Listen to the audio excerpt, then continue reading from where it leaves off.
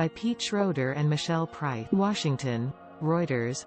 While Wall Street banks cheered the renomination of U.S. Federal Reserve Jerome Powell on Monday, Democratic progressives were left frustrated at the White House's failure to announce a tough new regulatory chief who they hope will crack down on. The Fed's current head of supervision, Randall Quarles, stepped down from that powerful role overseeing the country's largest lenders in October and is due to leave the central bank entirely at the end of the year.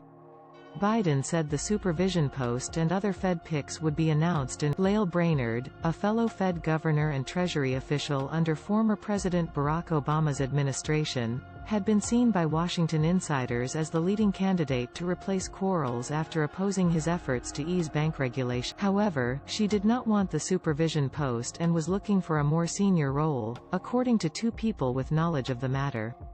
Instead, she will step up to become Fed vice chair, the White House said on Monday. That sparked frustration among progressive groups, eager for the Fed to crack down on Wall Street and to step up efforts to tackle climate change and overhaul community lending rules. Whoever ultimately gets the role faces a packed agenda. It's problematic, said Todd Phillips, director of financial regulation at the Center for American Progress, a liberal think tank. Following an announcement, it could take until February for the new vice chair to be confirmed by the fact that it's been unfilled since early October and it seems like President Biden isn't going to nominate someone until December means that it's going to be a long time until that position. Brainerd opposed efforts by Quarles to use the Fed's discretion to extend capital and liquidity relief to large lenders, its relaxation of annual health checks for big banks, revisions to the Volcker rule banning speculative bank investments, and a decision to scrap a requirement for big banks to hold capital against certain swap trades, among other changes. Even though she had been the lone dissenting voice on such issues, Brainerd had acted as a moderating influence on the Fed's deregulatory agenda, Reuters has previously reported, winning her support from progressive Democrats who likewise worried Quarles' Wall Street giveaways were increasing. Other names floated for the supervision role in recent months, according to analysts and lobbyists, include